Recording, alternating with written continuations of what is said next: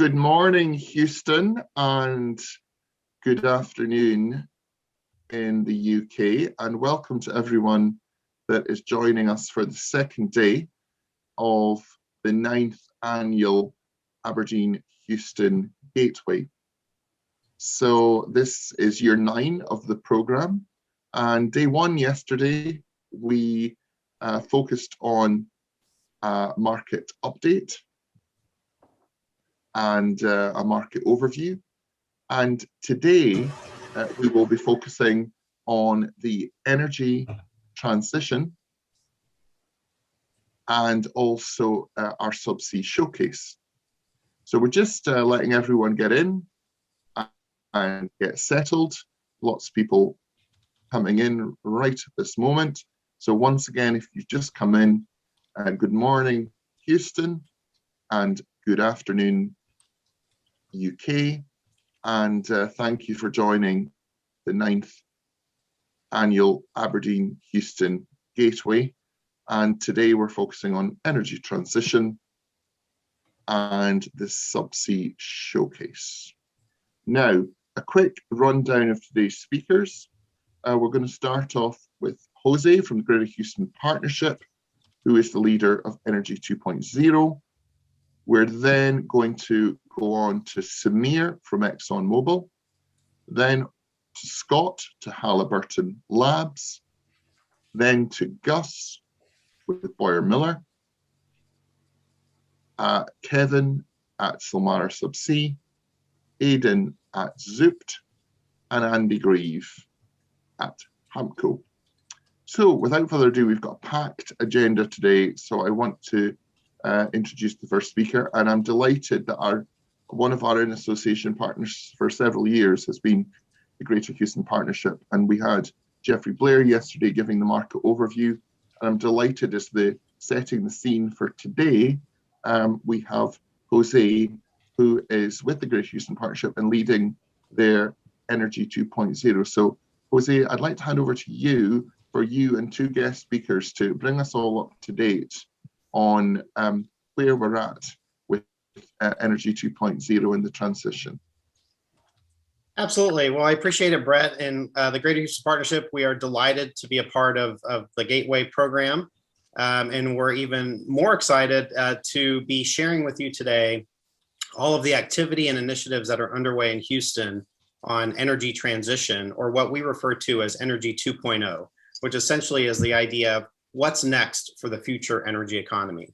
And we believe in Houston that we are leading, we are still the energy capital of the world. We're also leading the global energy transition.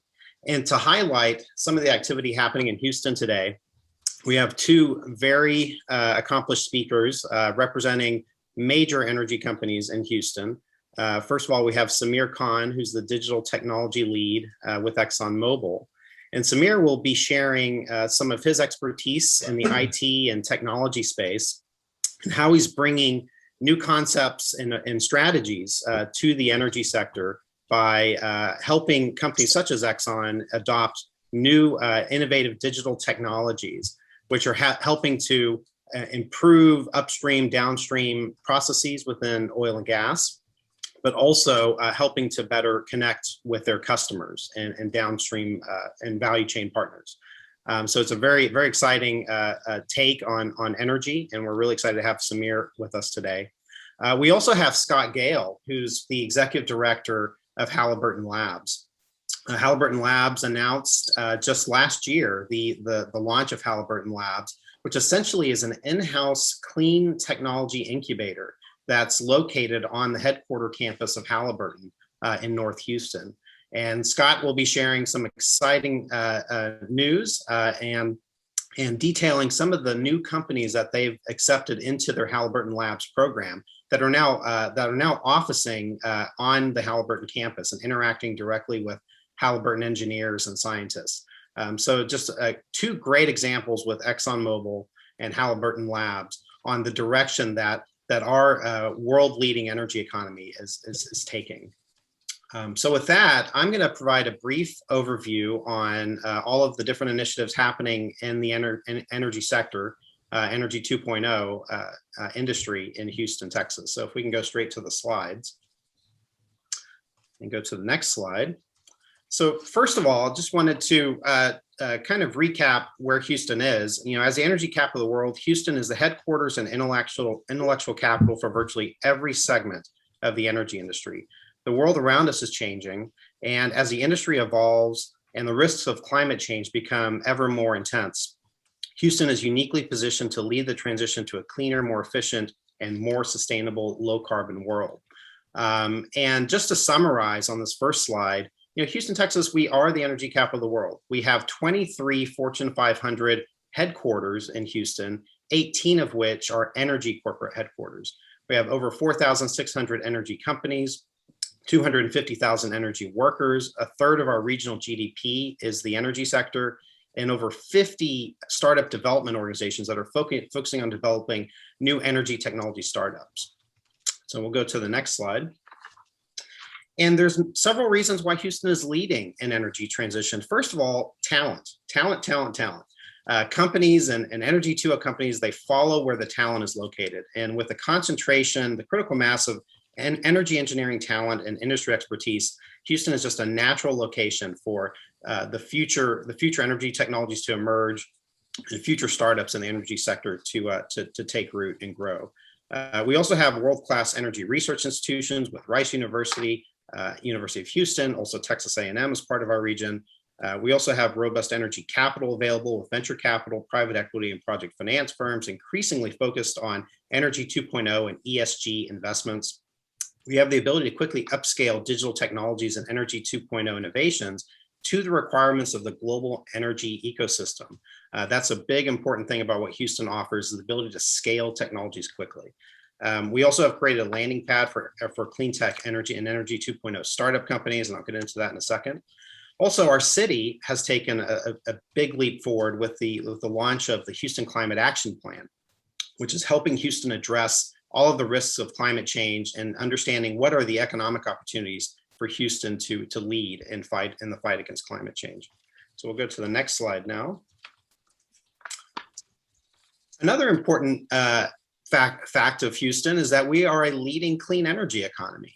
We have over 200 clean energy companies based in Houston, over 100 solar companies, 30 wind energy companies, and 80 digital technology companies that are focused on new innovations for the energy sector. Everything from data analytics, remote sensing, cloud computing, AI, machine learning, robotics, you name it. We have a strong concentration of clean tech companies. In fact, we are the largest clean tech economy in the state of Texas with over 65,000 jobs. We are the 7th largest clean energy economy in the United States. So just something to keep in mind as we talk about Energy 2.0 and energy transition. Next slide. Speaking of digital tech, we are one of the largest tech industries, one of the largest innovation hubs in the entire country. We have close to 9,000 tech-related companies in Houston.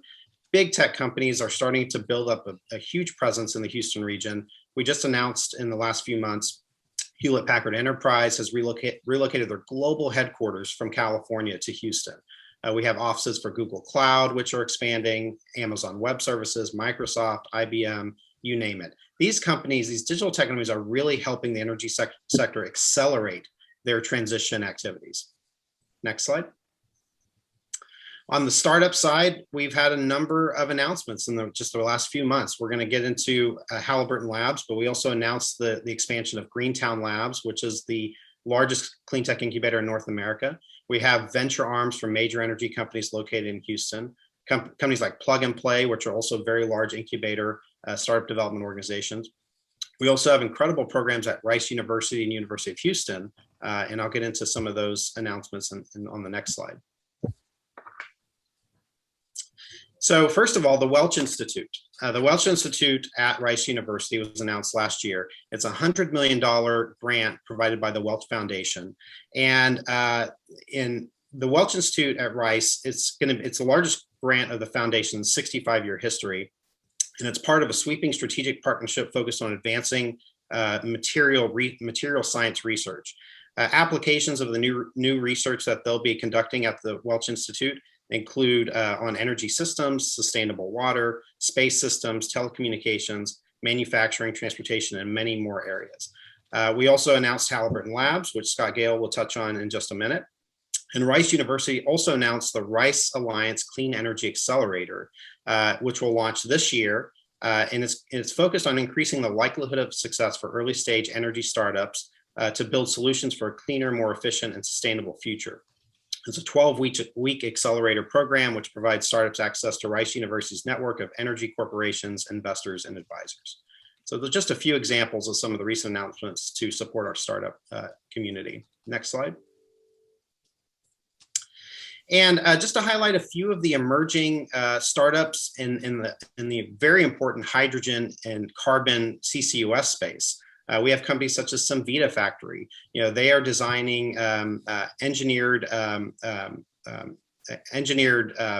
biology to really break down CO2 and turn it into usable fuels and chemicals. So Cemvita Factory is interesting because they're actually based at a life science incubator on the Texas Medical Center campus at JLabs, but their technology is actually disrupting the CCUS industry.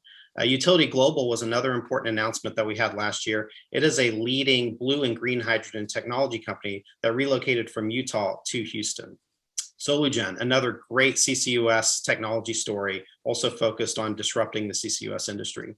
And Greentown Labs, with their expansion, it's their first ever expansion out of their headquarters in Massachusetts. They are in the process of building a 50,000 square foot facility to house about 200 clean technology startups, many of which are focused on hydrogen and CCUS. So just a great collection of new startup activity emerging out of Houston. In the next slide. On the climate action plan, this was a big announcement that happened on Earth Day last year with our mayor, Sylvester Turner. There's a number of key goals and milestones that are built into the climate action plan. It's a very lengthy strategy document that I'm happy to share with anyone who's interested in reading it. But it kind of boils down to four main categories. We're looking to disrupt the transportation sector by increasing the use of electric vehicles, especially within our municipal fleet vehicles at the city. We want to continue to deploy more renewables and energy storage across the Houston region. We want to continue to improve the energy efficiency of our buildings by focusing on increasing the number of PACE finance projects, which is property assessed clean energy. And we want to continue to reduce the amount of waste that ends up in our landfills by finding new disruptive ways to use municipal solid waste, primarily for energy production and other uses. Next slide. And also another important program I wanted to highlight is a soil carbon storage and carbon credit trading program that was launched by Rice University last year called B-Carbon. This is one of the first ever soil carbon storage programs to launch in the United States. It's kind of rewriting the rules on how we measure carbon in soil, how we can actually package those carbon credits together and sell them on an open exchange to carbon emitting entities that are interested in offsetting their carbon emissions using soil carbon. So it's a nature-based solution for CCUS. It's a program that has gained a lot of traction. They actually were named one of the finalists for the Lyda Hill Foundation's $10 million Lone Star Prize, which will be announced just in the next couple of months.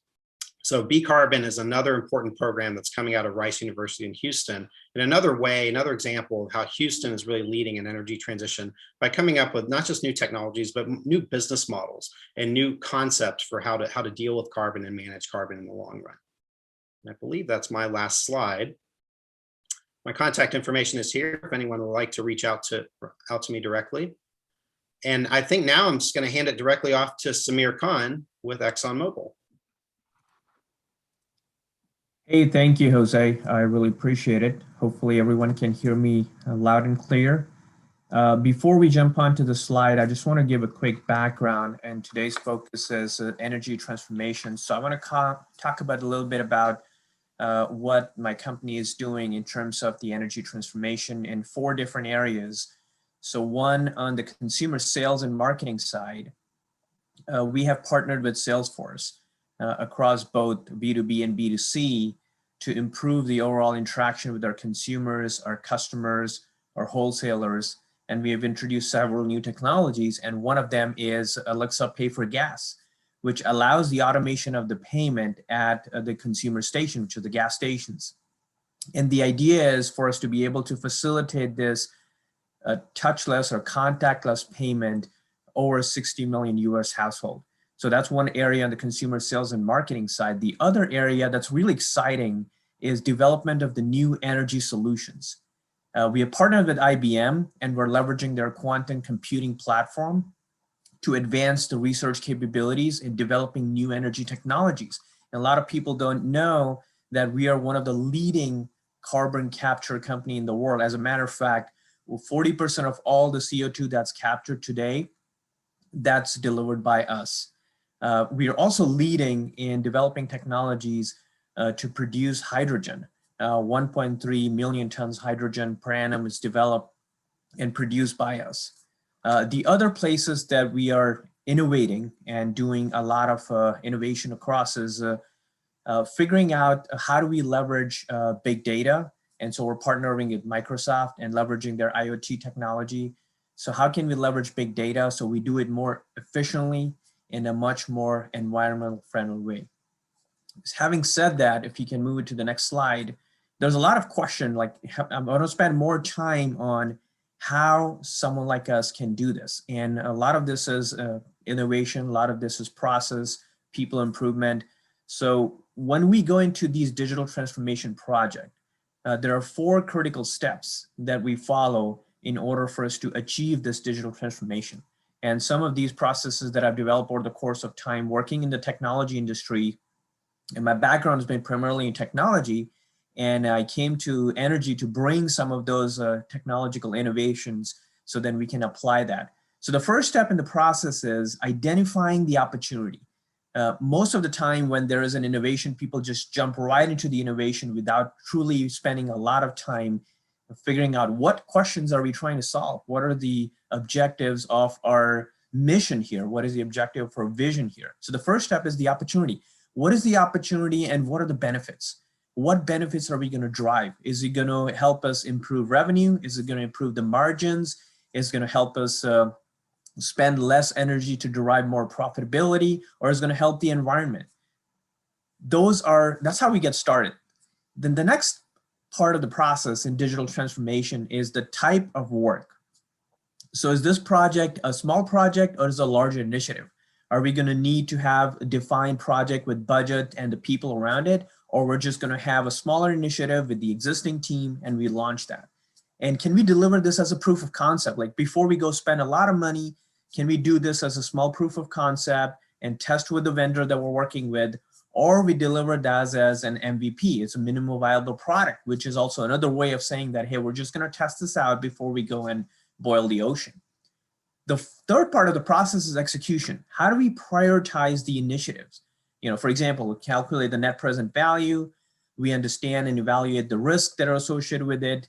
What type of capacity do we need from the organization? So we're breaking down these larger chunks and larger initiatives into small bite-sized execution sprints that we do, so then we can execute this without going through a massive turnover in the organization. And the final is the ROI evaluation. So once we deliver these modules, we connect the dots between the different modules to the entirety of the product. We want to test and evaluate to see how similar or different the results are from the original commitment. Remember, we said original commitment was either to reduce cost, improve the efficiency, provide natural sources of energy. And when we get back to the last stage of the transformation, we want to make sure that we achieved on those goals. Next slide, please. So I want to give you a specific example of a 5-step process that I've developed over the course of my career to do the transformation across sales and marketing. So my expertise is primarily on the sales and marketing side, and all the work and transformation that happens in my domain happens across sales and marketing. So this is the 5-step process that I've been consistently using across many different companies, IBM, Wipro, to give a few examples. So this is how the 5 process works. The first step of the process is researching the consumer needs.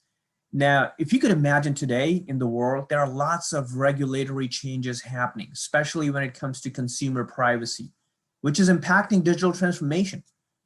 Some of the transformations and changes that are happening in the industry are CCPA, so the California Privacy Act. We know GDPR. We have all kinds of different privacy rules that are coming in and that is impacting the consumers. Like Facebook is Apple is launching the new iOS change that's going to prevent Facebook for doing targeting to their consumers. But consumers still want to interact with the brand, and they're looking for new ideas to fix a problem. They still want to be able to sold in a way, but not necessarily be invaded their privacy. So how do we influence these buyers? The way you do that is you influence the buyer by primary research data. So if I want to buy a product and services, I'm not necessarily interested in the ads of the company. I'm not necessarily interested, the company just shoots me email messages every 5 seconds. What I'm really interested is I want some really powerful insights from really powerful research data that can change my thinking, that can elevate what I'm looking for, and that can provide me clarity on a customized solution that a company can deliver. That's the first. The second is understanding the buyer's journey. So this is also very important to understand what stages of the journey your buyer is, especially after coronavirus. Are they still thinking about expansion? Are they already in the expansion mode? Or they are defending themselves and they're just preventing and locking down themselves so that they can only have a flat revenue cycle? That's very important because then you can deliver the type of information they need without having to cross the boundaries and without having to deliver something that they're not going to be useful for them. The third step in the process is creating demand. We need to find a way to sell the customer the value. When I say value, there are different types of value, and which I'm going to explain in the next slide. So if you don't mind going to the next slide, and we'll come back to this slide. So this is how you align your digital transformation to customer value. There are several different steps, and I'm just going to highlight a few of them. So first, the functional value. At the very bottom of the pyramid, we have these functional needs that the B2B company wants to pursue, which is cost reductions, scalability, improving the top line revenue, or just doing the business that the way it needs to be done. Then you have the ease of doing business value. So what does that mean? So, can you help me save my time? Can you improve the availability? Can you make it more stable? Those are some of the values that you want to meet from ease of business standpoint. Then the last one that I want to quickly highlight is individual value. Can I expand my network? Because personally, even though I'm working for a company, I'm an individual, I'm a human being. I have some human needs that needs to be accomplished through this integration with another company or another brand. Can I expand my network? Can I improve my reputation? Can I reduce the stress? Because there's a lot of things that are moving parts of my job. Can you help me do that? So having said that, please go back to the previous slide. So that's how you create demand, is you connect with these transformational values that we as a human being and we as organizations have. The next part of the process is to automate the operations using artificial intelligence and machine learning. Now, you notice we're not jumping over to machine learning and AI in the first step. We're taking all these different steps before you go to automation. What happens then is you understand your digital business model. For example, are you a digital only company, or you're a hybrid, like you have a digital and a physical sales team? What does their model looks like? And once you identify that, then you go for your gaps in the functional capability and deliver your AI solution to solve those gaps. Then the last part of the process, which is very straightforward, is to measure the value of the touch points. So remember I said the consumer journey is important, but not only important for us to connect with the consumer at the right time, but also be able to measure where exactly the consumers are across each touch point. What are the interactions they're having? Developing this measurement framework where you can identify disconnected data silos and you can fix the gap in terms of the data sources. So in a nutshell, when you perform these 5 steps and you're pursuing the transformation of your organization, specifically in the marketing sales avenue, this is how you can approach, and this is the framework that I've tried and tested across multiple organizations. With having said that, I'm going to transfer over to Scott to continue the part of the presentation from Halliburton Labs perspective. All right, great. Thank you, Samir. And thank you to the organizers here for this great event, and to our friends over at the Greater Houston Partnership for having us. Excited to be here with you this morning to share a little bit about what we're up to over at Halliburton Labs. Ahead of doing that, if we just jump to the first slide, I wanted to share just a couple of kind of quick items. And actually, Stacey, we could even go to the next one here if we wanted. Sort of thinking about the energy transition and just a recognition that it's real. Things are changing. The energy system of the future will look different than it does today. And we're obviously talking about energy transition on a variety of timelines. Oftentimes we're talking about 5, 10, 30-year horizons. But regardless of what time frame that you're measuring energy transition on, what's clear is that it's changing and things are moving quickly.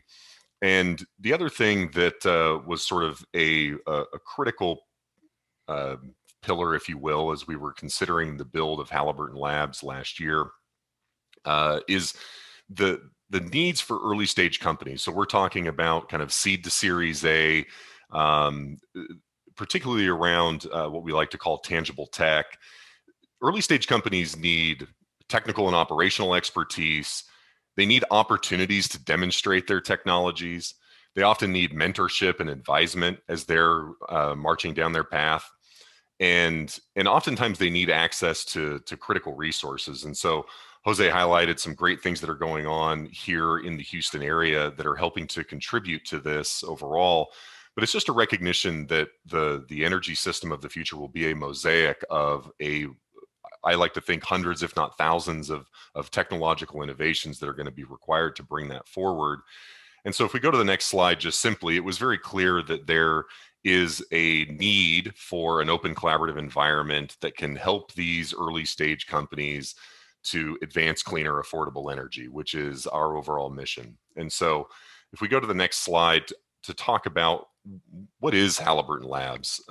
Structurally, we're a C Corp, a wholly owned subsidiary of Halliburton. We are a critical sustainability pillar for our overall mission for the company. And we really have this vision of making today's energy cleaner and making cleaner, more affordable energy for tomorrow. And we really want to do that by accelerating clean energy tech, by providing what we describe as this open collaborative environment that provides access to Halliburton's world-class facilities, whether those are laboratory facilities or manufacturing facilities, not only here in Houston, but around the country, around the world, and also access to our broader business network. And so it is a formal program. It's a 12-month program. Those that are accepted to the program are provided a 16-week kind of formal curriculum. We huddle up our founding teams every Thursday afternoon and talk through a variety of relevant topics. Some are provided by Halliburton experts. Some we bring in externally, depending on the topic. And we then have what I would sort of describe as maybe an informal curriculum or engagement, which is we meet the participant companies where they're at and provide mentorship and what I like to call sort of an industrial wrapper around these participant companies. Because for those that have ever been a part of an early stage company, there's a lot of things that you bump into that it's a very dynamic sort of day-to-day kind of shift. And they're often running into a wide range of challenges, whether that's moving a shipping container into a new country, whether that's doing a design and engineer work on a pilot facility, whether that's looking for a field trial opportunity, whatever that might be. We work hand in hand with them to more or less triage their challenge and look for ways that we can help them and assist them along the way. And so that curated mentorship is an important component. We have we call it a cohort-based program in that we formally bring on companies 3 times a year. And so our inaugural cohort started early this year. We have 4 companies, and I'll share a bit more about who they are and what they're up to here in a moment. But we just announced this week, pushed a press release on Monday, that our application process is open for our upcoming May cohort. We will be hosting a finalist day on May 21st. It's a Friday, and we're excited to do that in combination with Houston Exponential and the Houston Tech Rodeo, which will be taking place that week. And so our application process is open, and we're taking applications now. Excited to see the inbounds that have been coming through. But again, all of this is based on providing this environment with a founder-first mentality, and the goal being that as companies, we'll call it graduate the Halliburton Labs program, as they exit our program, that ultimately they are more investable. And so before we exit this slide, just want to highlight the Halliburton Labs Advisory Board. The environment, this open collaborative environment that I'm describing, is really an intersection of not only early stage founders, but members of academia, members of the investment community. And our advisory board consists of Reggie DeRoche, who's the provost here at Rice University, John Grotzinger, who is out of Caltech. Having John's fantastic, his perspective on everything that's happening with space exploration is really pretty fascinating. He was the lead scientist for the Curiosity mission. We have also Walter Isaacson out of Tulane University. Recently, Walter just published a book called Codebreaker, which is focused on the DNA technology associated with COVID vaccine. And then the CEO of Halliburton, Jeff Miller, as well as the managing director of Halliburton Labs, Dale Winger, who joined the organization here at the beginning of 2021. So if we can jump to the next slide. Again, sort of what makes Halliburton Labs sort of unique, as Jose described, there's 50 plus startup development organizations in and around Houston. And there's a few things, particularly around the need for coaching and mentorship from an organization that has been doing it for 100 years. We've got a lot of experience in taking hard tech, material science to scale to complicated places around the world. And again, this focus on investment needs.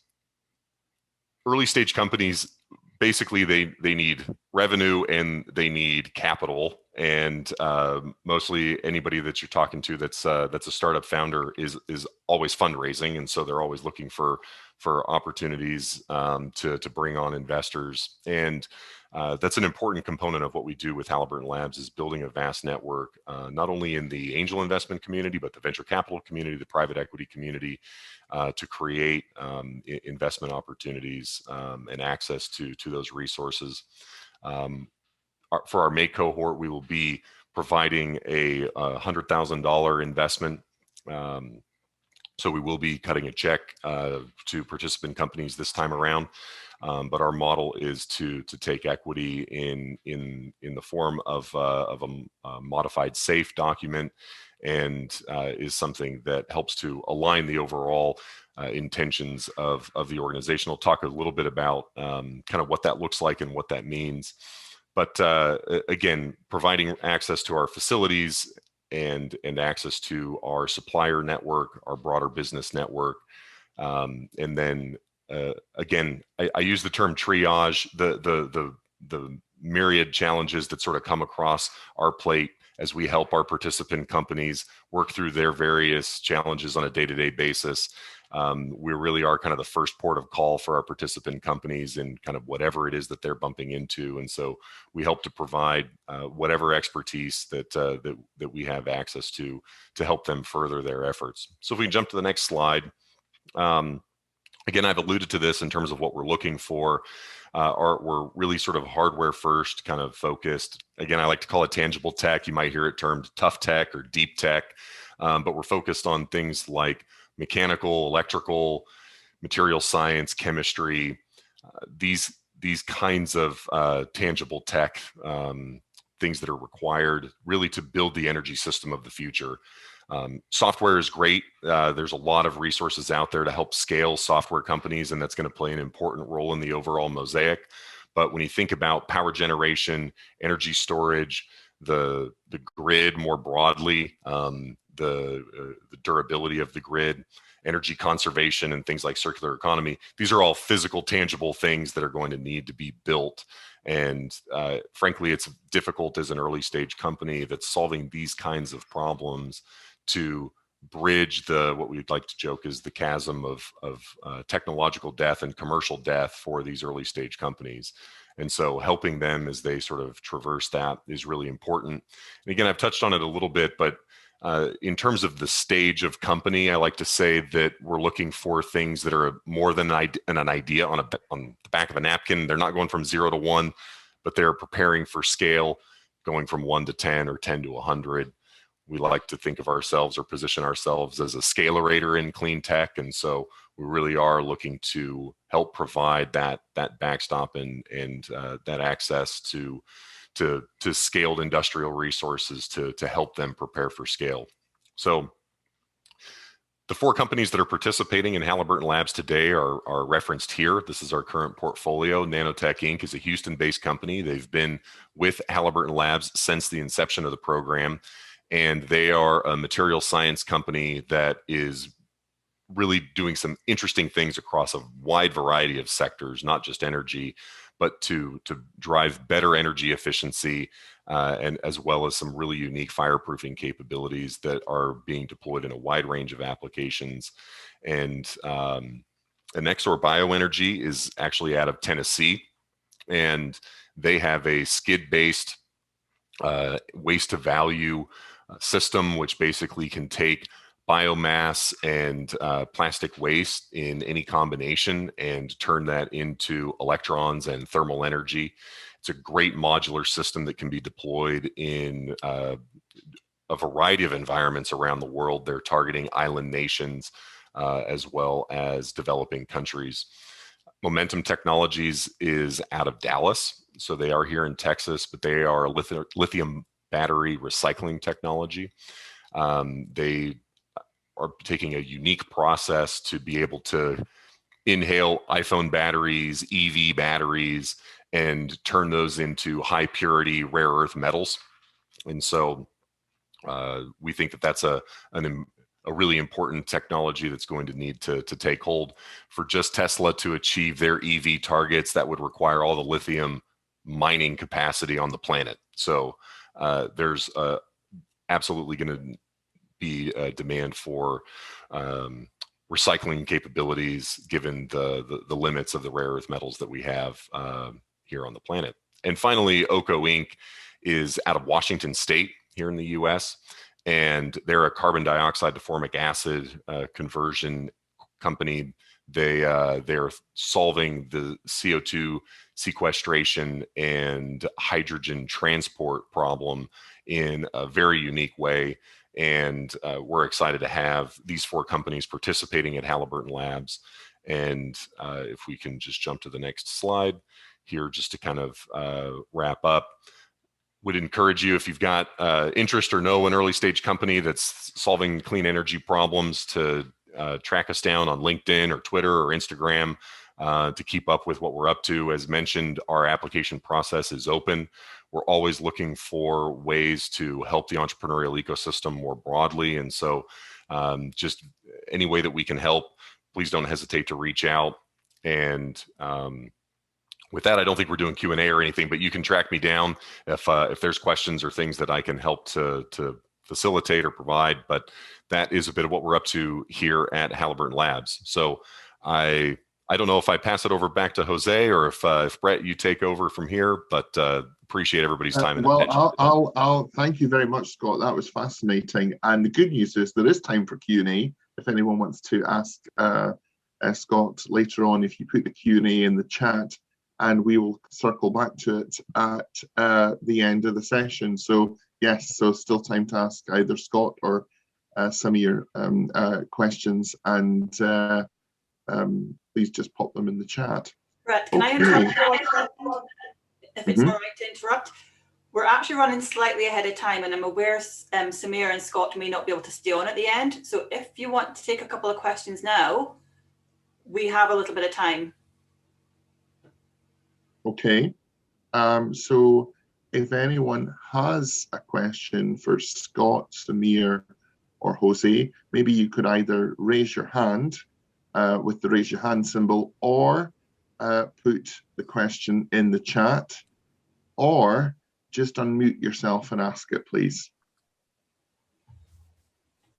Do we have any questions for Exxon or for Halliburton Labs or for the Greater Houston Partnership's Energy 2.0 lead? A huge energy transition machine that's gathering apace.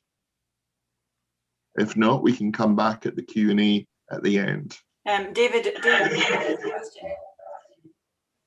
So do you want to read it out, Stacey?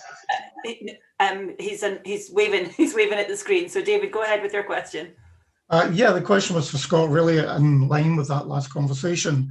Our project is, while it's a large element of heritage at the front end, what we're trying to achieve is to convert a historical oil tanker, sail-powered oil tanker, to be fitted with clean emission technologies and other 21st century technologies to become a platform of what's possible for clean emission in shipping.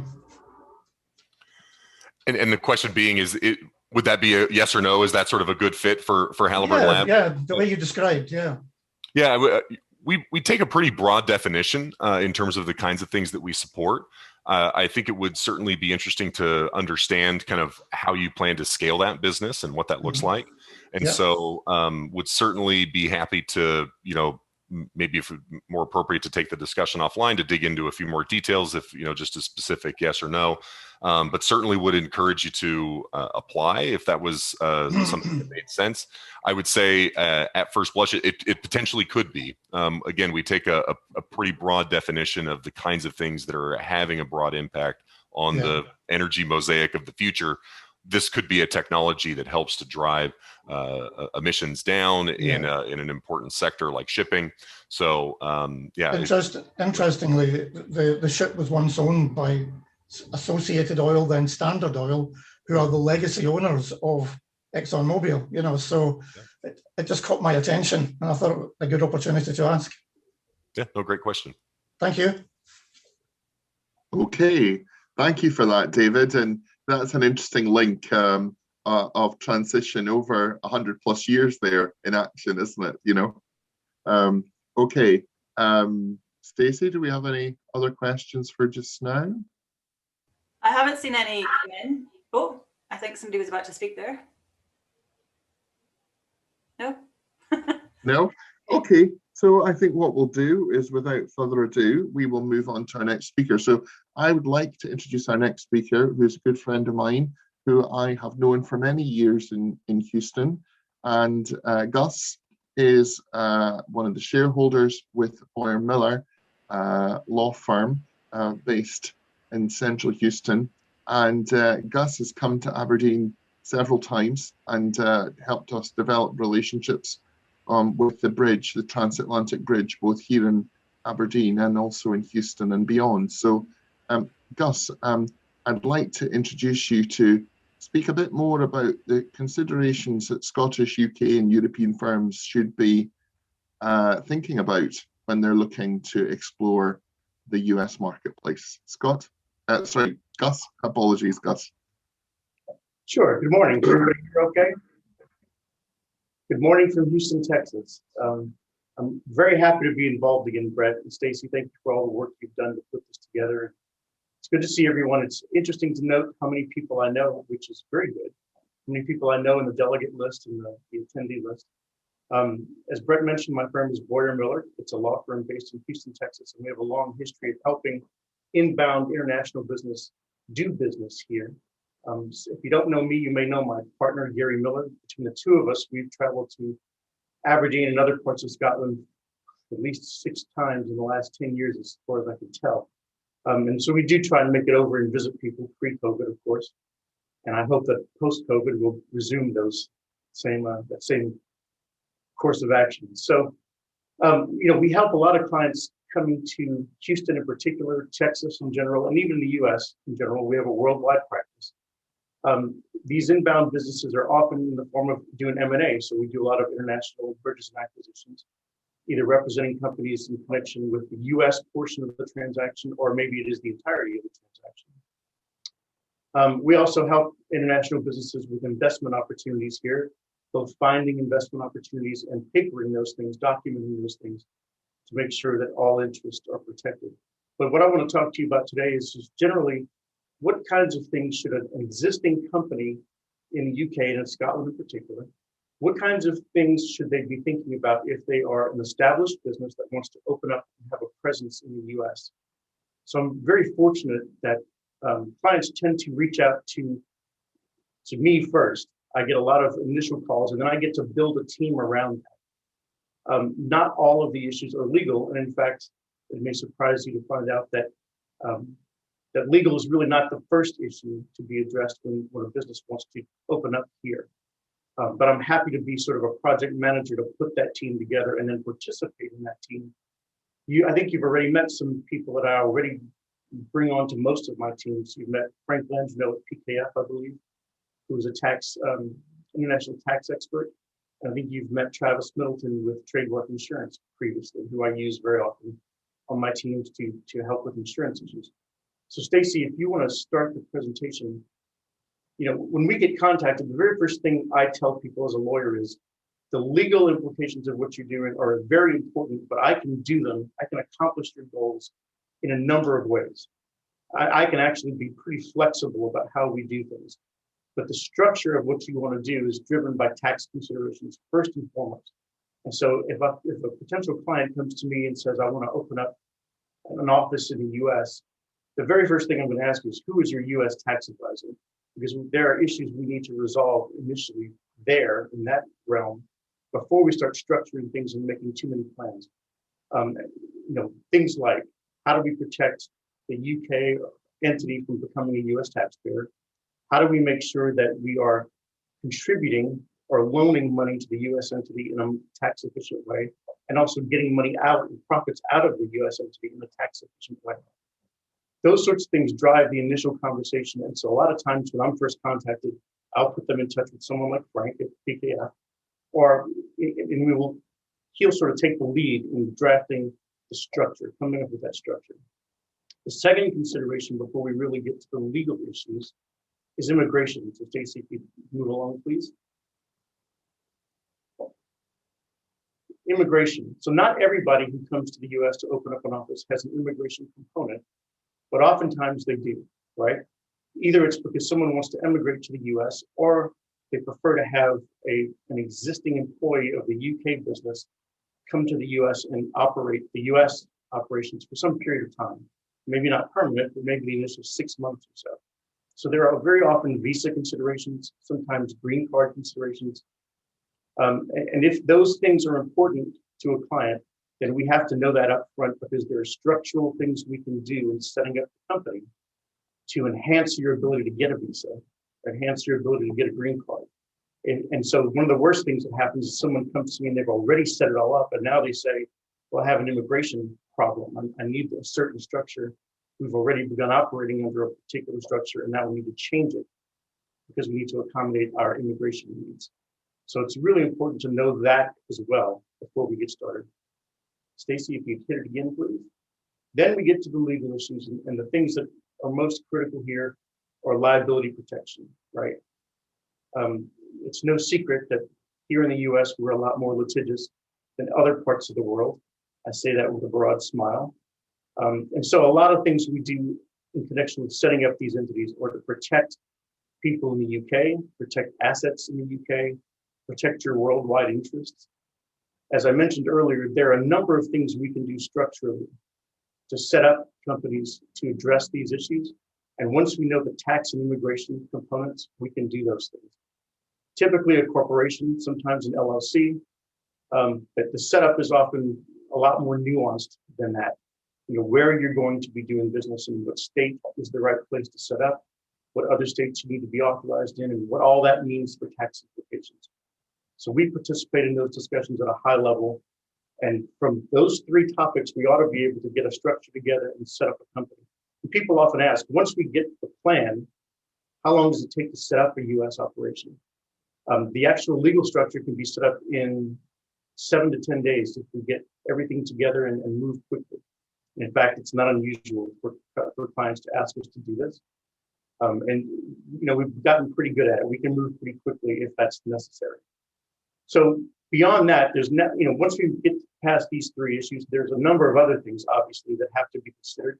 And I'm not going to talk about all of those in the 8 minutes that have been allotted to me, but I do want to mention one more thing that is critically important. Stacey, if you hit that. The next thing is employment. So as you probably are aware, the laws regarding employment in the US are quite different than they are in Europe and the UK. And there's oftentimes a gap in understanding not only what you can do in the US, but what you should do, what's market in the US for employment contracts, for non-competes, for things as mundane as vacation time and fringe benefits and things like that. All those things are important in attracting talent, right? A lot of times, as I mentioned, they bring people over from the head office to operate this US operations for some period of time and maybe to find talent. But if not, in particular, then employment and benefits become a hugely critical issue very early on. And so it's very important to, as you're setting up the structure, to understand what you want to do with your employees, what kind of benefits you're going to offer. Will you be offering any equity or options as consideration for employment?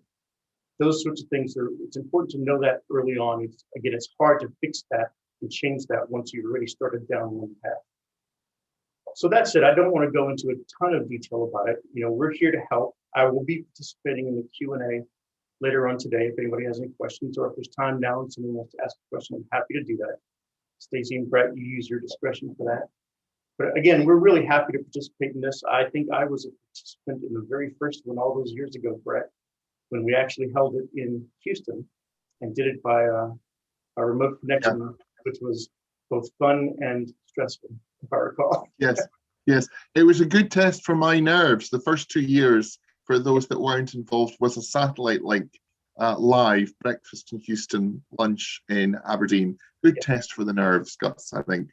And there's so much has changed, Brett, between then and now and in all these years. It's still a lot of the same issues arise, whether it's a client who is interested in setting up to promote some sort of alternative energy or clean energy, or some sort of technology that benefits the oil field, or a proprietary tool that they've recently developed. The same issues arise. We want to do business in the US. How do we do it safely? How do we comply with all the laws? And how do we make the most money as quickly as we possibly can?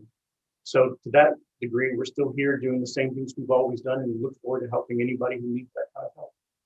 And I look forward to returning to Houston, Gus, and having lunch in Uptown with you at some point. Look forward to that as well. Maggiano's is still there, by the way. We can do that too. Okay, great stuff. So Gus, thanks so much. Some really useful practical advice for Scottish and UK and European firms thinking about how best to enter the American market, Houston, Texas, and beyond. And I'm sure if anyone wants to contact Gus, you can either reach out to him on LinkedIn, direct on email, etc. And if anyone wants an introduction, me and Stacey can do that as well. So lots of options there. Okay, thank you very much, Gus. Thank you. Okay, I would like to now introduce our next speaker. And just waiting for the slide to change, Stacey. Thank you very much. So I'm very proud to introduce a gentleman I've known for many years, from my early days in Houston and Aberdeen with Granite PR. Kevin McLaren is the founder and CEO of a rapid growth global subsea firm. Solmara Subsea's rise has been an amazing story, and they now, from their UK base, have offices and bases in Aberdeen, Glasgow, Houston, Singapore, Bergen, and Guyana. So quite an achievement in under 3 years. So I'd like to let Kevin speak a bit more about that. He's also very passionate about the energy transition, which is why I'm so glad he could speak today, carbon reduction and achieving net zero. And Kevin will speak more about those things now. Kevin, over to you. Thanks for that, Brett. You're right. It has been a number of years. So what I wanted to do, I wanted to speak specifically today on innovation in my sector, the offshore survey and inspection services sector, and how innovation And by that, I mean methodology as well as technology can be a tool for transitioning service delivery in the oil and gas sector to leverage opportunities in the offshore wind sector. Innovation in technology and methodology has always been part of the DNA of oil and gas exploration, as I'm sure both Aberdeen and Houston are very aware. That this innovation must now come with a lower carbon footprint is relatively new, but it's gathering pace. An aim that is being taken up by the oil and gas companies as much as by offshore wind, with a stream of commitments to net carbon dates becoming the norm for many oil and gas producers as well as actual nations. So I'll just give you a few slides on who Sulmara are, what transition means to us, and then maybe a project example of where we think the use of innovative services that we delivered in oil and gas provided a template for us for future services into offshore wind. Next. Thank you. Let me get my own notes correct. So why did we start Sulmara? We wanted to innovate and to challenge really. So each other, our clients, the technology developers, on how we can drive efficiency in delivering offshore services. We saw an opportunity to innovate in both the oil and gas and offshore wind sectors, to use improved methodology and technology to deliver lower cost services while reducing our impact on the environment. Key focus for us being remote and autonomous solutions, ultimately by having less people at sea. Our strategy was not direct investment in research and development of new technology. It's a direction that many other businesses have gone, but rather we focused on investing in the core of survey industry talent from the oil and gas sector. That experience of delivering over several decades in one of the harshest sectors in industry across diverse geographies and cultures really enables us with our team to de-risk innovation in a way that we feel is very tough for new wind sector startups, having only limited exposure in a relatively infrequent amount of time in the young offshore wind sector. So really our oil and gas experience is a significant asset, we feel, in our ability to deliver in offshore wind. Next. Thank you. So just a quick one, a couple of slides on Sulmara's locations and what we're about. 3 regional hubs. So we work through our Houston hub for the Americas, Glasgow here in the UK, and Aberdeen for Europe and Africa, and Singapore for Asia Pacific. A number of offices already in place around the world. I'm afraid, Brett, we've moved on. I added a few more since you and I last spoke. But interestingly, coming up in around about now, we're opening also up in the northeast of the US and in Taiwan to further our growth ambitions in offshore wind. That's happening in the next couple of months. We'll have to arrange a catch up on that. Yes, yes. Next one, thanks. So core values at Sulmara, that really defines our culture. Innovation can't be done successfully without empowering the talent in the business, nor can it be done without collaborative partners and clients that fully appreciate the reward from innovation comes with a degree of risk. And this played out very clearly for us in the project example that I'll show you in a few slides. Next one. So I mentioned it before, but pure technology research and development is not part of what we do at Sulmara. We do have a dedicated development team, but our skills really are working closely with technology developers to advise where we see the opportunities for their technology to deliver in the market. And this often happens in ways that they maybe even have not imagined. This seat at the table allows us to influence the technology roadmap to better meet the end needs of the clients, something that we're very experienced in delivering. So our team's experience of technology introduction, which we've been part of for 30 years in the oil and gas sector, gives us the confidence and the skills to de-risk innovative solutions for offshore wind. Next. So telling the world that you want to challenge traditional methodology and technology is pretty easy. Delivering on it is not quite so simple. And this slide is just a snapshot of some of the services that we've tried very hard to deliver and technologies we've brought to bear to make up that promise in the last couple of years.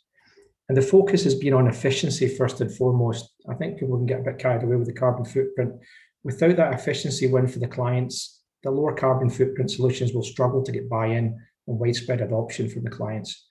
This is actually especially true in offshore wind, where project margins are actually even more tightly controlled than they are in the oil and gas sector. Next. So a little bit about innovation in our project example. Ideas are great, but there can be no innovation, no step change in how we perform anything without an idea. It's very similar to transition for me. Defining the transition is the easy bit. Executing the transition is tough. Turning an idea into a reality is how we change the world. In some ways, transition is just another word for change. Change is challenging. It requires an ability to plan for the unknown and to manage the inherent risk in doing something new while having faith in your vision of a future outcome that's uncertain. This is true in terms of transitioning from one sector to another, from one technology to another, or even across different geographies. So I want to concentrate just on one idea we had to deliver efficiency on an oil pipeline installation project that ultimately matured our ability to offer similar solutions for offshore wind. We looked at the traditional method in Mexico actually for pipeline route surveys, which is to use an ROV support vessel with a multi-beam sonar and video to determine the pipeline routes over a 200-meter wide corridor. This particular project was 190 kilometers long. In shallow water, this is a very time-consuming and slow process, hindered by the ROV speed of maximum 1 knot per hour, multiple passes needed to cover the full corridor with subsea. So we thought we could use USV technology, and that's unmanned surface vessel technology, to fundamentally change how we delivered that specific result. And then we set about making it happen. This slide here shows you that result. What we did in practical terms was we executed all of the survey wind lines at 5 knots with the new technology with the USV, and simultaneously collected the video data with the ROVSV on the center lines only. So effectively a force multiplier application. So we used the traditional technology alongside the new technology to really speed that process and maximize the win there for the client. I won't go into detail on the number of project difficulties we had on the project. They were extensive and they were overcome, but that's part of playing with new technology. You've got to come in with your eyes wide open as far as that's concerned. The comparison figures, though, provided are based on our execution of a similar project by ROVSV the previous year, which we were heavily involved in. And the savings in vessel cost and days and the reduction in carbon footprint for our client were huge. But it's worth noting that without that partnership approach from the client and the USV technology provider, this could easily have been a complete failure. There were opportunities to kind of bow out of this project on a few occasions, but everyone kept the faith, and that's where we ended up with this superb solution. And we learned so much, and we're putting all of that practice into future ops already planned in 2021. And our ability, and this is key, our ability to safely and successfully execute this project with low carbon technology in the oil and gas sector has led to awards and significant interest from a number of clients in the offshore wind sector. And that's really where innovation in oil and gas to an extent has allowed us to transition our service offering into wind in quite a significant way. Next slide. So what next for Sulmara and our transition to support wind as well as oil? Because we're going to continue to play a part in both sectors. We see a future for both sectors for us as a services business. We now have a dedicated department at Sulmara headed by our autonomous and remote systems manager. Planning and execution is so important with new technology. If we fail to execute well, the setbacks can be wide-ranging. So we're investing heavily in training and further trials to maximize our chances of flawless execution. We have USV projects in 2021 in all 3 regions in both wind and oil and gas sectors. And we've got ongoing development work to mature over the horizon operations and the use of USVs. This is the use of USVs controlled only from onshore remote control centers. So no mothership, no persons offshore. And in a nod to tomorrow's topic, which I believe is covering space, Sulmara was recently awarded a grant by the DCOM North Sea and European Space Agency to execute a viability study to determine the wider use of unmanned surface vessels with towed sensors for decommissioning surveys in oil and gas, but with commercial viability to move into offshore wind with that same technology. We're working on that for most of 2020, and then we've got a demonstration project we hope to be funded by European Space Agency, 2021, the project to be funded in 2022 to actually execute on that. So in summary, our experience of transitioning to support offshore wind from an oil and gas background has confirmed a few things to us. Track record of offshore experience in oil and gas is invaluable in the offshore wind sector. Those decades of experience really come into play. If you want to execute safely and well, you've got to count on that experience. And we should be seeing that more and more from our oil and gas services companies, hopefully in the future. But the operational, contractual and commercial environment is very, very different in wind than it is from oil and gas. And it really pays dividends to do your homework on this. Take the time to understand it. how these services contracts are executed, how they're contracted, and the risks inherent, all of that stuff is completely different. So offshore is offshore, really, but wind has significant differences from oil and gas, and it takes time to understand that stuff. Do your homework for sure. Offshore work in any sector, as far as I'm concerned, and I've said this for years, offshore work is an exercise in risk management. You need to expect it, you need to plan for it, and you need to mitigate it as best you can. That's a route to success, whether it's in oil and gas or whether it's in wind. And you must deliver measurable value. This is the metric that will always be measured against, no matter where your clients are operating. And that's just the end of my presentation for you guys. So thank you very much. Thank you very much, Kevin, and hopefully that's given everyone in our audience today a flavour of the growth story and the rise of Sulmara. And Kevin, we must arrange a Zoom so we can catch up on the latest developments, which happen so fast. So I'll send you an email separately about that. But I know there's lots happening all the time in Sulmara, which is great. Okay, so from a UK-based rapid growth subsea, we flip over to Houston, to a Houston-based subsea, which is also growing. And I know you all know each other in the subsea sector. And so it's my pleasure to introduce Aidan from Zupt, who will speak a bit more about what they've been doing on their growth journey, both in Houston, in Africa and beyond. Aidan? That's great. Thank you very much. Hello, everyone. Today, I'm going to be talking about how we at Zupt and the subsea industry in general have integrated inertial technologies specifically for subsea use. It's actually about an hour-long presentation that I've brought down into 15 minutes that I've got 10 minutes to talk about. So I'm going to jump right into it and hustle through it. I apologize if I talk a little quick. I'll get through hopefully some questions at the end. But to get into it, we'll go to the next slide. And then, so I work for a small specialty survey service provider that works primarily in the offshore energy market. This is going to be oil and gas as well as wind. As Brett mentioned, we're based in Houston, Texas, but we're working all around the world. Primarily, what we do is we utilize inertial navigation systems either as a standalone tool or integrated with other aiding sensors such as acoustics or imagery. Really, with this slide, I wanted to provide just a little bit of background on who we are, who Zupt is, who's talking today, as well as show you that we do know a little thing or two about inertial navigation systems as well as the subsea industry. The core business at Zupt is making the most efficient use out of any IMU.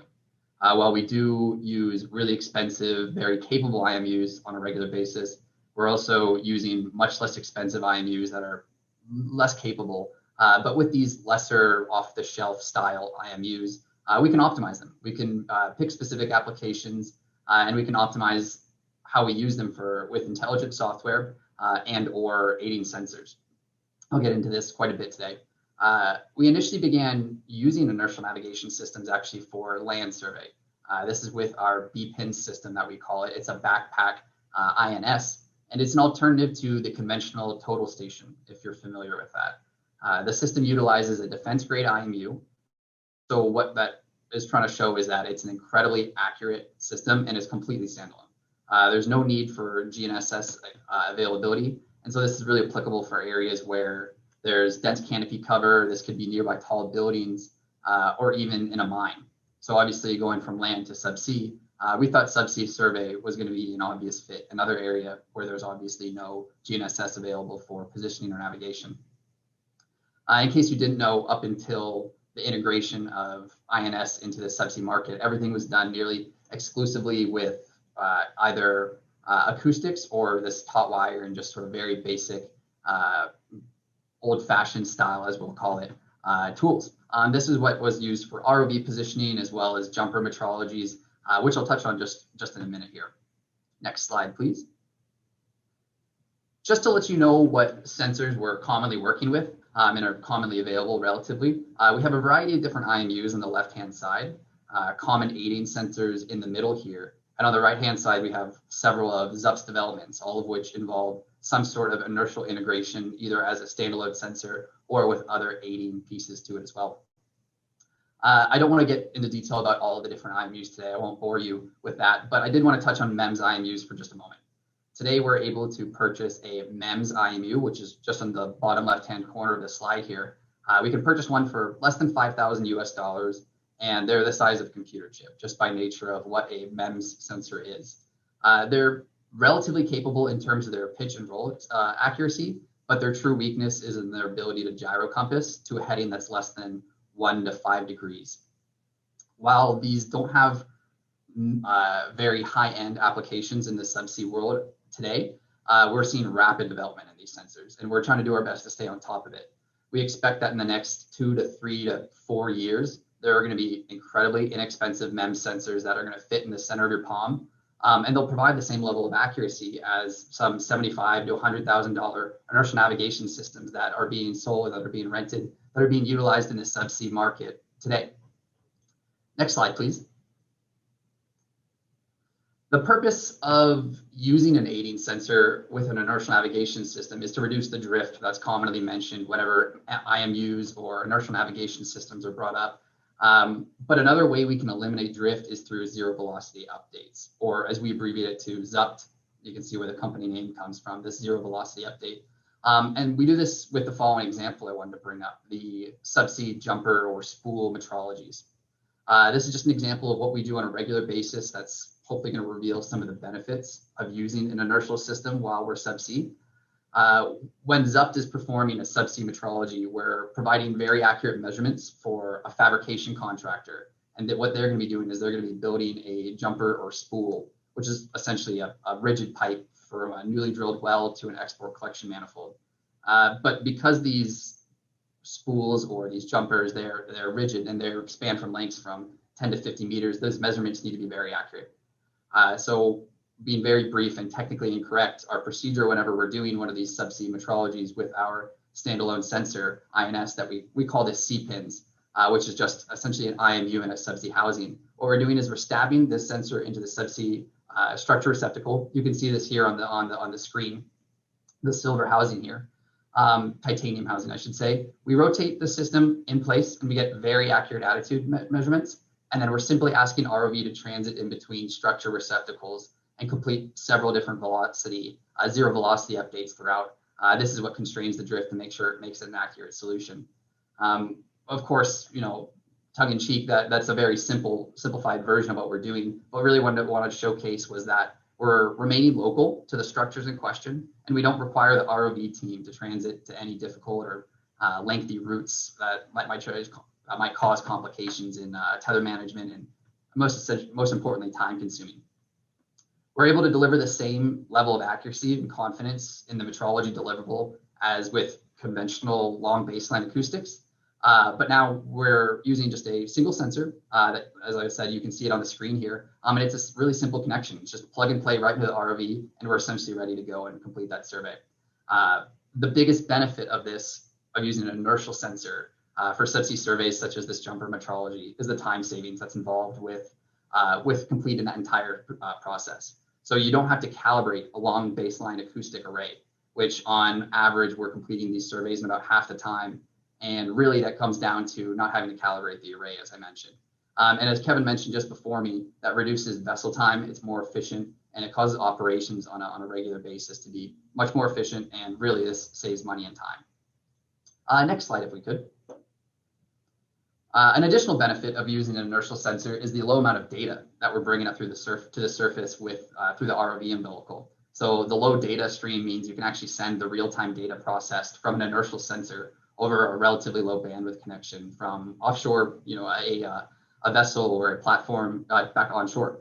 And we're able to do this with C-pins. We do this on a regular basis with our remote metrology surveys, as well as we can position buoys remotely. And it's a very simple interface, and it's not complicated because it is just a simple serial connection that we're delivering on shore. Of course, it's going to be dependent on what the process data actually is that we're sending over satellite communications. But for our purposes, we're sending real-time data over a real low 128 kbps uplink. Next slide. I've been bringing up these zero velocity updates, these ZUPs, as how we're constraining drift. And it can be a very powerful tool for certain applications. But whenever we're navigating or positioning whenever that's required in more of a dynamic situation where zero velocity updates aren't possible, we recommend coupling these inertial sensors with subsea acoustics.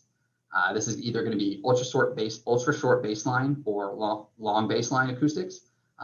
Most in the industry are going to be familiar with what USBL smoothing is or what sparse long baseline is. But in essence, what we're doing is we're increasing the often sporadic precision of a USBL position, or we're reducing the number of transponders necessary for a full LBL positioning system. And what this is doing is just making either positioning solution a little bit more efficient. This either saves time or makes it a little bit more accurate for us. I don't want to make it seem like an inertial navigation system can be the be-all, end-all replacement for subsea acoustics, but when there are instances that an inertial sensor can be, a lot of the times it's a much more efficient solution that just wasn't thought through compared to the default solution. It can save time, it can save money, can make the whole job a little bit easier.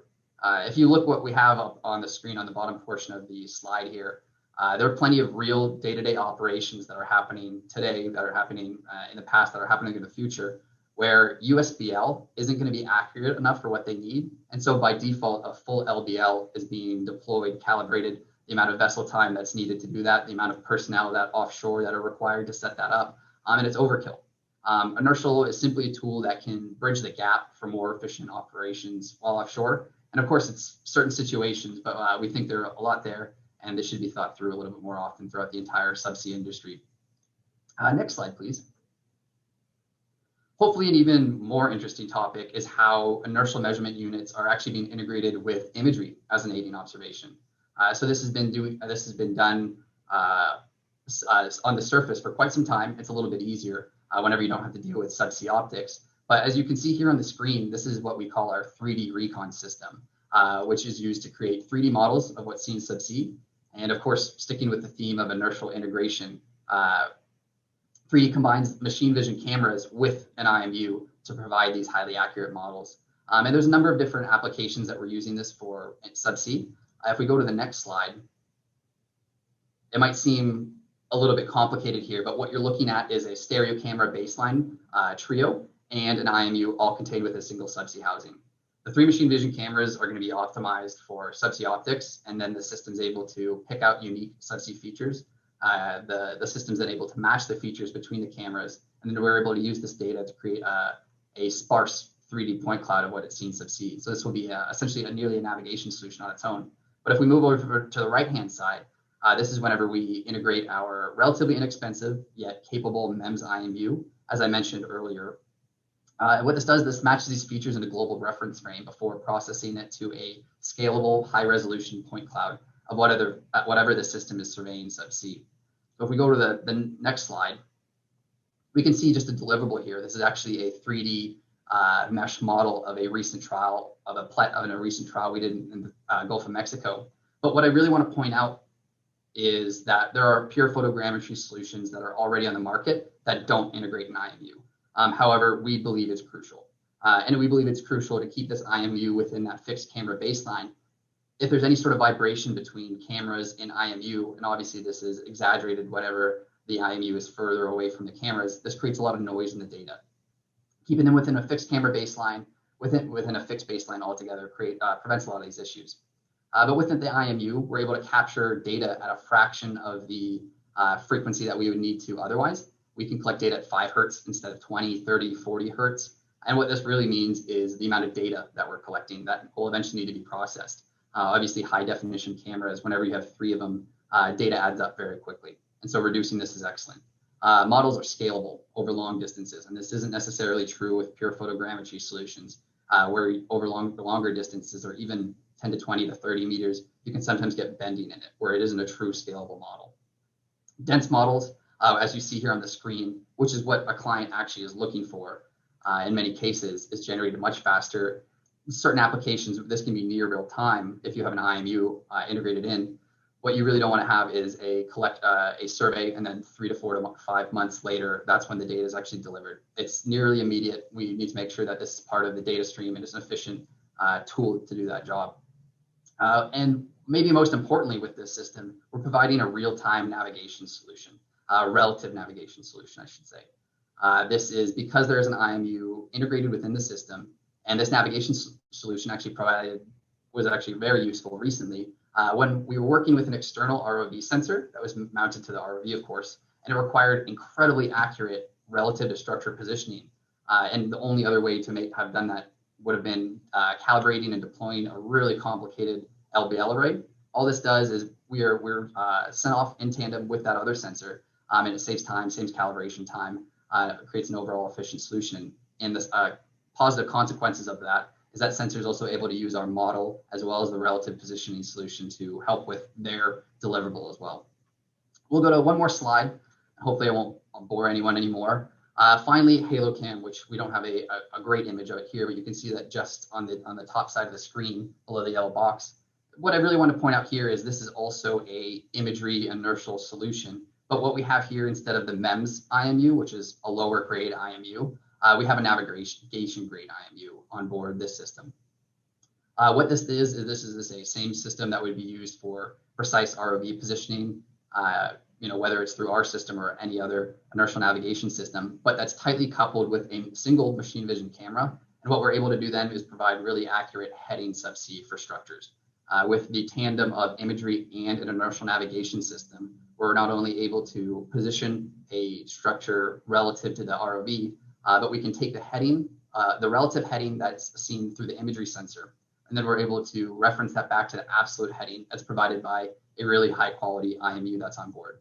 When it's tightly coupled, it's a compact, efficient solution. It's very specific for this application, but what I wanted to showcase was there's a lot of different options in terms of how we integrate IMUs, different aiding sensors, and applications that make it a compact efficient solution for a variety of different needs whenever we don't have the ease of GPS availability topside.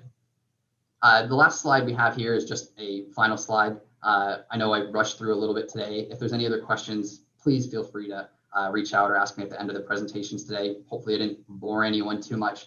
I just wanted to showcase a few examples of how we're integrating inertial navigation systems subsea for more efficient uses.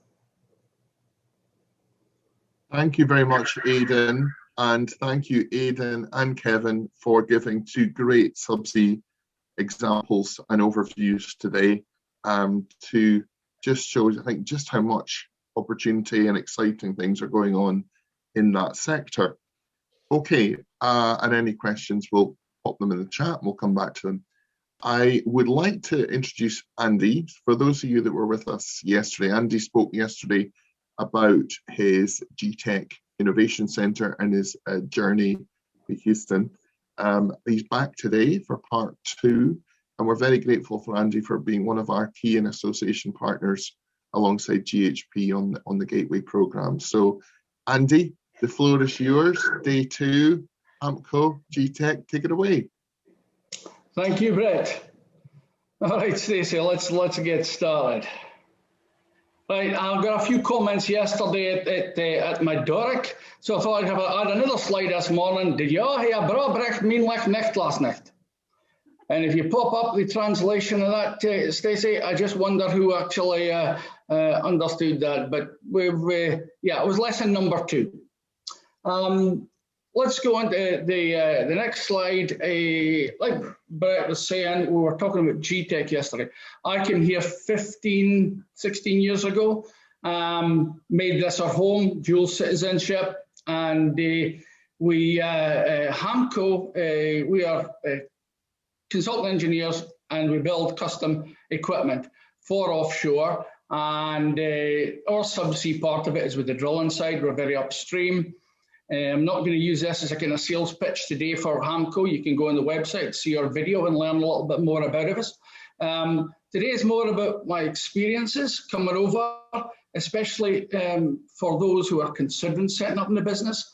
We've had some great insights on things that I'll cover shortly. But Stacey first mentioned yesterday that I never, if we can go back, that's fine. No, but Stacey mentioned yesterday that she was disappointed I didn't mention anything about batteries. She said it was the only thing she remembered about my presentation last year, batteries. So what I'd like to do is give you an update, Stacey. I was back for offshore Europe in 2019 and took 60 batteries back with me. thinking that's keep me going for 3 months till I get back to Aberdeen to restock. Of course, never made it. Now, we found a Scottish baker up in Michigan, and we ordered some, but this is what they sell as batteries. Oh gosh. There's a Federal Trade Commission here with advertising standards, and they didn't get this right at all. I'm telling you, it doesn't smell like a battery, it doesn't taste like a battery, but it's the best we've got until I can get back. So it's definitely not a battery. But I sort of thought, well, they said they're Scottish bakers, so they must be from below Glasgow or at least south of Dundee. And they're maybe using their constitutional First Amendment rights of the freedom of speech to claim that as a battery. But that's my history. Looking forward to getting back over to restock. Okay, we'll go to the next slide. So I just did a reorientation yesterday for everyone to get their bearings about Houston, because we're going to talk about a part of Houston today that hasn't been mentioned before. But okay, Stacey, let's just start going through there. So airport to the north, everyone comes over and goes to OTC in the south. We head west to the energy corridor, and that's where Katie is just a little bit further to the west there. Next, Stacey, Katie. Yeah, and that's where we started off our first, built our first facility. We're now out in Brookshire, and we've also taken a little presence down in Pearland that we've got future plans for, down in the south. And that's particularly important, certainly for tomorrow, because it's close to NASA and the coast there. Now, just to let you know, the main highway and freeway through Houston is Interstate 10 that goes Florida 900 miles to the east and then over to California on the west, 1,500 miles. So a couple of decent day trips. But I'm going to mention today Pearland. Now, previous Gateway events have covered the exciting cities of Katy, Woodlands, and of course the energy sector. Pearland is down to the south. It hit all the news last year because it was the final resting place for George Floyd, who died under the knee of a policeman in Minnesota last year and instilled a lot of the riots. So it was very high profile here, went without incident thanks to the great organization of Pearland City. I've got a short video that I would like to play shortly, but I'm just going one slide of our vision. We acquired some land. We have some plans that we're making for an innovation center, all put on hold last year due to coronavirus, but we're hoping to pick that up. We've got a good working relationship with the city of Pearland, and we've got a little video here, which I'm showing because it's very representative of what the whole Houston area has to offer. When it comes to business, Pearland is serious. As one of the fastest growing cities in the Houston region, we are pro-business, and business, as they say, is booming. Whether you're in biotech, healthcare, energy, manufacturing, or business services, you'll network well with other large and small companies who have made Pearland a part of their business plan. Everything you need to grow your company is here in Pearland. For starters, an educated workforce with affordable homes, stellar schools, master plan neighborhoods, and a wonderful lifestyle. So attracting quality employees is easier than ever. Next, we offer millions of square feet of retail and office space, all completed in the last decade alone. We have in Pearland what every business needs to succeed: human capital. And while Pearland lends easy access to highly educated talent, it also provides easy access to goods and resources via air, sea, rail, and highways. The Burlington Northern Santa Fe Rail Line runs north to south in our community. The Port of Houston, ranked #1 in U.S. export tonnage, is only 14 miles away, and Port of Galveston and Port of Freeport are just down the road. Also, major interstates spread out into the nation, and Highway 288 and Beltway 8 intersect conveniently and efficiently through the Pearland infrastructure. And there are 2 international airports in the region, including Hobby Airport only 4 miles away. Want more? Pearland offers amenitized, buildable sites, quality infrastructure, and competitive incentives. And our expeditious permitting process makes for an easy startup for businesses of all sizes. And we're only minutes away from downtown Houston and the world's largest medical center. Having created thousands of jobs in the last 2 years, Pearland has a low unemployment rate and an impressive median household income. That's why Pearland is poised to be the next major employment center in the Houston region. You're going to love the way Pearland does business, and business is booming. Pearland, prepare to love it. Thanks, Stacey. Pearland is about the size of Perth or Dundee, and we've just got a little address from the current mayor. So how did that happen then? To be fair, I'm not sure. I put it, I didn't like the order. And I want to take the opportunity to thank Andy for giving me this opportunity to welcome each and every one of you to this conference here today. Yeah. As mayor here in Pearland, it is an honor to welcome you not only to Pearland, but to Texas, from all of the attendees here at Aberdeen and around the world. As a newly elected mayor, I've had the opportunity as a resident and a longtime leader to watch our community grow from a small rural community to Houston's fastest growing city, a great place to do business, and a community of choice in all of the Houston region. So welcome. Let's have a great conference and let's do business together. Thank you. Thanks again, Stacey. A nice bunch of people down there. And what I want to do now is touch on a few of the points that really stick with me as having adjusted Texas. And by pure coincidence, number one in the list, even Gus mentioned today, taxes.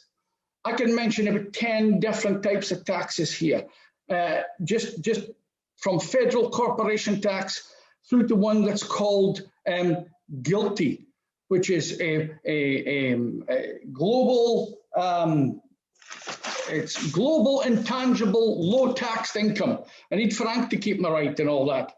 But there are so many different types of taxes. You need to organize correctly, as in point number 2, Stacey. When you're setting up your business, again, just as Gus said, pure coincidence, that's number 2 in my list. Make sure everything is done and budget accordingly, because it's not as easy as you think. And again, so the Gus, immigration. Don't underestimate it. Take it right. It's very complex. And it's changing all the time. With the new administration too, is likely going to change it. But it is a challenge. Immigration is a challenge. Number 4. I mentioned insurance, but it's along the same lines Gus mentioned there, but liabilities. UK policies do not apply. Next. Credit, of course, is, you can get credit here if you walk into a bank, if you're over 90 and you're accompanied by both parents. That's about the only way you'll get credit here. It needs building. You need to buy and build up your credit slowly, and it can take a while. So be prepared to operate your business with cash from here. Next is employment. This is an at-will state. No contracts are actually required, but it is complicated. And we use a professional employer organization, which is effectively outsourcing your HR, which can take care of hire, fire, and all the benefits, which are the most important part, because health insurance here is the most important item for many employees. Next. As I said, healthcare, it's fantastic here, but it's all private. There are many choices, and it's employer driven. It seems expensive, but bear in mind that the employer does not pay the same amount of national insurance contributions that are applicable in the UK. So the money is basically given to the employee to buy the health insurance. And Travis is the expert in all that. and he will tell you how to make the best of a very good system. It takes a bit of getting used to compared to National Health, but it works out very well. Great. Accommodation, and I mean that business and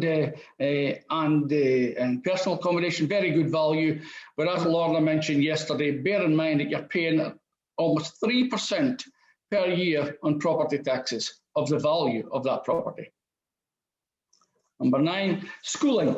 Very important decision to make if you've anyone moving here. It's wide and varied, and you have to research it. And that often dictates where you choose to live. Then, so mobility. You think with petrol or gas, as we call it here, at 40 pence a litre, then it's that's great. But remember, your engines are 3 times as big and you've got to go 3 times as far. So your fuel costs are still as much. 11. So the Constitution, we applied for citizenship, and that's one of the most interesting aspects of moving here. We had to sit a citizenship exam, so we had to learn about the Constitution, civics, government, and I honestly believe we know more about it than 95% of the Americans here. As I said, government is complex. Not a lot of people understand it. It's hitting the news big style right now. And I follow with interest the different versions that are reported here and in the UK. But very interesting. Number 13, law enforcement. Unlike you've got Police Scotland, you've basically got one jurisdiction, one force. I can count over 10 different types of branches of law enforcement here, from police to state troopers to the highest, which is Texas Rangers. So that's Chuck Norris and his pals. But Texas Rangers are the highest law enforcement agency. And it really depends. If you're caught speeding, your fine depends on which branch caught you. So fines can be variable. Next. So the weather, of course, give me a hot, humid August day here rather than a January horizontal sleep day in Scotland anytime. 15. Social life, well, there's a lot of it, all different types. Over 15,000 different restaurants in the area. There's new ones opening up every day. Your close travel proximity to places like San Antonio and Galveston. So no complaints in the social life, but the weather dictates a lot of it, and there's a lot of outdoor. It's been a great opportunity to enjoy more of the outlife. 16. Of course, the wildlife takes a lot of getting used to. And I've got a little background here that shows some of the friends I've made. Some of them a bit too close and personal, but it takes a little bit of getting used to sometimes. Last week, with a rat trap and up in the top of our loft at the building, with a couple of rat problems. Don't mind disposing of rats, but one day, the trap was moving about, went up to realize we'd caught a snake. And so we had to, I still don't have the confidence to pick up a snake here yet. But thankfully it wasn't venomous, but we didn't know that until we got this expert in to take it out. So you see them all. 17, what really took me here is the patriotism that you'll notice. My son's in the British Tank Regiment, and when he goes off base, he's not allowed to wear any insignia to identify him. Here, people wear their uniforms with pride, and they get stopped every time and thanked for their service. There is the national anthem being played, Pledge of Allegiance, and it really is a marked feature, the patriotism over here.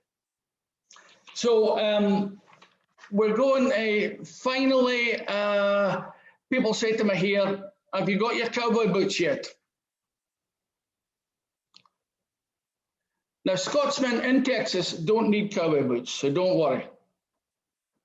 Let's show us why. Now, that's all I wanted to say today. But I wanted to show you a local dog catching exercise if I've got time, Stacey.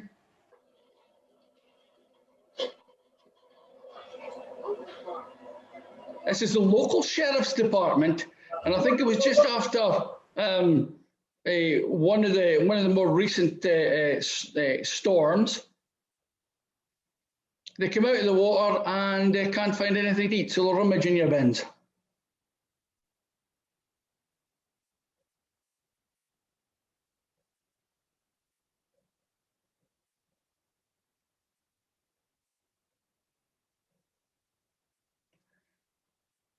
Yeah, so that's the dog catching version here of the local sheriff's deputies. So wide and varied experience required. So thank you very much, and look forward to any questions. If anybody's looking for any opinions on setting up business or looking for somewhere to land, then give me a shout. We've helped a variety of companies in all different ways, and look forward to meeting you and seeing you back here in Houston when travel opens up. Thank you. Thank you very much, Andy. Lots of great tales and advice there. And there's lots of people on this call that I know people can reach out to, yourself with Houston Partnership, Gus, lots of hand holders that can make that big jump across the pond much easier. So thanks for all the tips today. So we've now concluded our presenters. So we've got a bit of time for Q&A. We do, actually. Yeah, and I do have one. It's from Travis Middleton. It doesn't look like he's online anymore. Travis, if you are and want to unmute, but Gus, it's for you. So I'll read it out anyway because he can watch the playback, and I'm sure if he has a question, everybody else might be interested in this too. So his question is, are there any problems setting up in the States if, as a principal, you cannot be in the States? I'm not sure what he means by cannot be in the States, but if you're not here, yeah, you're not physically present in the U.S., you're not a resident, or no, you can set up. So the ownership can be completely outside of the U.S. Officers and directors can be outside of the U.S. typically. So as a legal matter, that's the answer. As a practical matter, you usually want someone on the ground, especially for banking relationships and signing contracts and things like that. It's helpful to have someone on the ground who's got some authority as an officer or director. So that's always the ideal situation. But I have plenty of clients who have no physical presence here and operate remotely. As we showed today, it can be done, right? Thank you. There's currently no more questions, Brett. So if anybody has a question, please feel free to unmute, to put your hand up and we'll come to you, or type it in the chat.